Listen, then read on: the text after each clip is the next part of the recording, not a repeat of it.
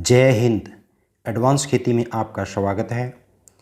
किसान भाइयों, अगर खेती को और अधिक लाभकारी बनाना है तो अब पारंपरिक खेती को छोड़कर नई फसलों को आपको आजमाना पड़ेगा।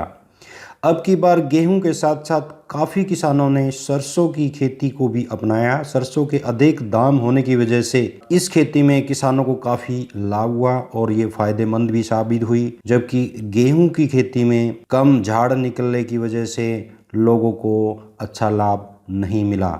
इसी प्रकार अब कपास के भी दाम बढ़े हुए हैं। अगर कपास की खेती की जाए तो उसमें भी आप सरसों की खेती की तरह अच्छा लाभ या अच्छा मुनाफा कमा सकते हैं। आज का जो वीडियो है यही होगा कि कपास की बिजाई कब करें और कैसे करें और कौन सा बीज इस्तेमाल करें, और कपास की बिजाई करने से पहले उसमें आने वाली बीमारियों का क्या उपाय करें और कौन कौन सी सावधानियां बरतें जिससे हमारी कपास की जो पैदावार है वो ज़्यादा निकले और हमें अधिक लाभ मिले। किसान भाइयों, सबसे पहले मैं आपको बताना चाहूँगा, कपास की बिजाई वो अप्रैल मई के स्टार्टिंग से लेकर मई के अंत तक अगर की जाती है तो वो सबसे अच्छी रहती है। उसमें कपास की पैदावार ज़्यादा होती है और इसके साथ साथ अच्छे बीज का इस्तेमाल किया जाए और साथ में उसकी जो रोग होते हैं वो रोग न हो पाए उससे पहले ही उसके बीज में इसका उपाय किया जाए तो वो बहुत बेहतर होगा। और जो सरकारी यूनिवर्सिटीज़ के डॉक्टर्स जो सलाह देते हैं, जो रिकमेंड करते हैं, वो बीज है, उस बीज का नाम है बीटी, जो कपास के प्रति एकड़ में कम से कम 2 पैकेट डलते हैं। इसलिए अगर आपको बीटी बीज की बुआई करनी है तो वो अप्रैल के फर्स्ट माह से लेके मई के लास्ट सप्ताह तक उसकी ज़रूर बिजाई कर दें। और इसके साथ साथ बिजाई करते वक्त ध्यान रखें कि कपास के एक पौधे से दूसरे पौधे की दूरी 100 गुना यानी 45 सेंटीमीटर या 60 लगभग 68 गुना यानी 60 सेंटीमीटर दूरी जरूर होनी चाहिए।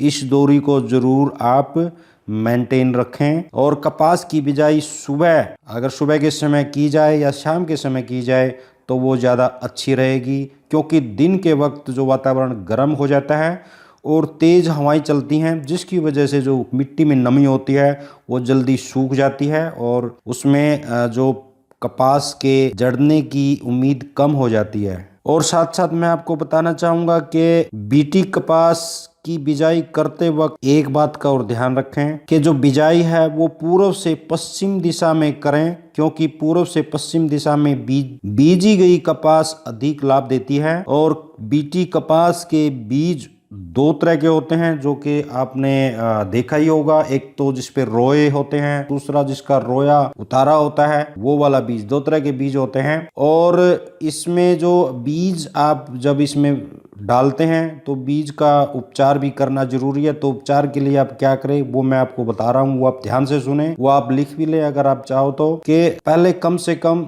6 से 8 किलोग्राम बीज को एमिशान 5 ग्राम और स्ट्रेप्टोसाइक्लिन 1 ग्राम और सक्सनिक 1 ग्राम दवाइयों को 10 लीटर पानी में भिगोकर उसका उपचार जरूर करें, क्योंकि इससे अगर आपका उपचार करेंगे तो फफूंदी नाम की जो बीमारी है उसके लगने का कम प्रभाव दिखाई देगा। और ऐसे ही इन्हीं दवाइयों के साथ साथ अगर आप रोए वाली जो बीज है, अगर आप रोए वाला बीज बोते हैं तो वो कम से कम उसमें आप 5 से 6 किलोग्राम में यही मात्रा डालें जो मैंने आपको बताई है। जबकि विदाउट रोए, जिस पर रोए नहीं है, वो तो 6 से 8 किलोग्राम में इतनी मात्रा में दवाई और पानी डालें। और अगर आप रोए वाला बीज बोते हैं तो आप 5 से 6 किलोग्राम में यही इतनी दवाइयों की मात्रा और इतना पानी की मात्रा में उसको भिगो लें। और इसके बाद इस उपचार से कपास के पौधे को फफूंदी व जीवाणुओं से बचाया जा सकता है, लेकिन यह उपचार केवल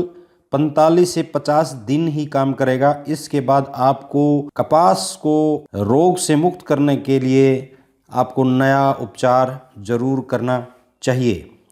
अब मैं बताता हूँ कि जो बीटी कपास है उसमें आप और क्या क्या उर्वरक और पोषक तत्व डाल सकते हैं। सबसे पहले देखिए कि बीटी कपास की बिजाई करने से पहले कम से कम 1 एकड़ में 1 बैग यूरिया डालें और उसके साथ साथ 1 बैग डीएपी डालें और इसके अलावा 30 से 40 किलो पोटाश उसमें डालें और 10 किलो जिंक सल्फेट जरूर डालें।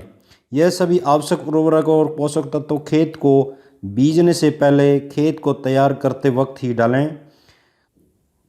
ऐसे खेत जिनमें नमी जल्दी नहीं ख़त्म होती है तो उन खेतों में आप जो कपास की बिजाई करते हैं तो बिजाई करने के 40-50 दिन बाद पानी लगा सकते हैं। और ऐसे खेत जो रेतीले होते हैं, जो जिसमें रेत होता है, क्योंकि उनमें नमी कम होती है, तो कपास की बिजाई करने के 4-5 दिन बाद ही उसमें जो फुहारा सिस्टम होता है, फुहारे सिस्टम से उसमें पानी ज़रूर लगाएं क्योंकि उसकी नमी जल्दी ख़त्म होती है। और कपास की बिजाई करने के शुरुआती दिनों में ज़्यादा जहरीला कीटनाशक न डालें, क्योंकि अगर आप ज़्यादा जहरीला कीटनाशक डालेंगे तो इसके जो होते हैं वो मित्र कीट भी इसके साथ साथ ख़त्म हो जाएंगे और उनकी संख्या कम हो जाएगी। और जिन इलाकों में अगर दीमक की शिकायत है, अगर आपके एरिया में जहाँ पर आप कपास की बुआई करते हैं अगर वहाँ पर दीमक की शिकायत ज़्यादा है तो आप बिजाई करने से पहले कपास के बीज को 10 मिलीलीटर क्लोरोपाइरीफास 20 EC व 10 मिलीलीटर पानी का घोल बनाकर दोनों को मिक्स करके प्रति किलो बीज पर इतनी जो घोल होगा उसको छिड़काव कर दें। ऐसा छिड़काव करने से ये जो दीमक है उसकी लगने की कम संभावनाएं होगी। और ये छिड़काव करने के बाद उसको आप छाया में थोड़ी देर के लिए सुखा दें, उसके बाद ही इसकी बिजाई करें।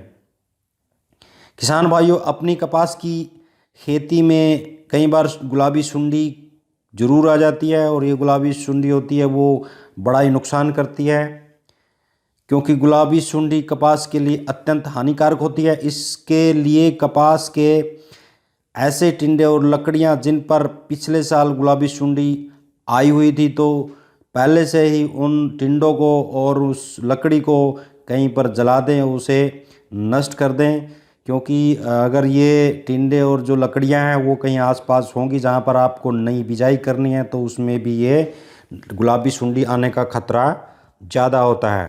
तो उम्मीद करता हूँ आपको ये वीडियो पसंद आया होगा किसान भाइयों। अगर वीडियो पसंद आया है तो इस वीडियो को आप लाइक ज़रूर करें और साथ में इस चैनल को सब्सक्राइब कर लें। धन्यवाद।